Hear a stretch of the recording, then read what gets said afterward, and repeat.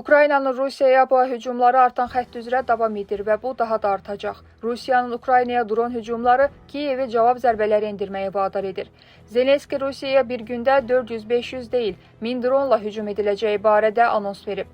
Bu sözləri hərbi ekspert Üzeyir Cəfərov deyib.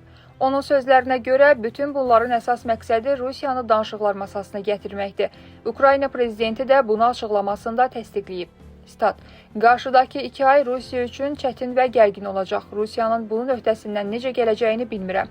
Ancaq görünən odur ki, ölkə çox çıxılmaz vəziyyətdədir. Əvvəlki kimi dəstəyi də yoxdur. Dəstək zəiflədiyi üçün Ukrayna tərəfindən göndərilən dronlar Rusiyanın neft zavodlarını və strateji obyektlərini vurmaqda davam edir. Ona görə də danışıqlar masası məsələsi real görünür. Bununla bağlı ABŞ prezidenti də açıqlama verib ki, Rusiya-Ukrayna müharibəsinin başa çatması çox realdır. Trump son zamanlar cəbhədə baş verən vəziyyəti bildiyi üçün belə bir açıqlama verib.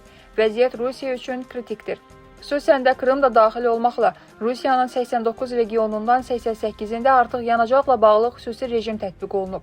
Həmçinin 40 regionunda yanacaq talonla satılır. Əlbəttə ki, bunlar gözlənilən idi. Rusiyanın atdığı addımlar məsələnin bu qədər dərinləşməsinə səbəb oldu. Əvvəl xüsusi hərbi əməliyyat deyirdilər, indi isə artıq müharibə sözünü işlədirlər. Rusiyanın iri və kiçik regionları Ukrayna dronlarının hücumlarına məruz qalır. Statın sonu. Dəyərli izləyicilər, ölkə və dünya gündəmi ilə bağlı xəbərlər təqdim etməyə davam edəcəyik. Öz fikirlərinizi şərh bölümündə qeyd etməyi unutmayın. Sağlıqla qalın.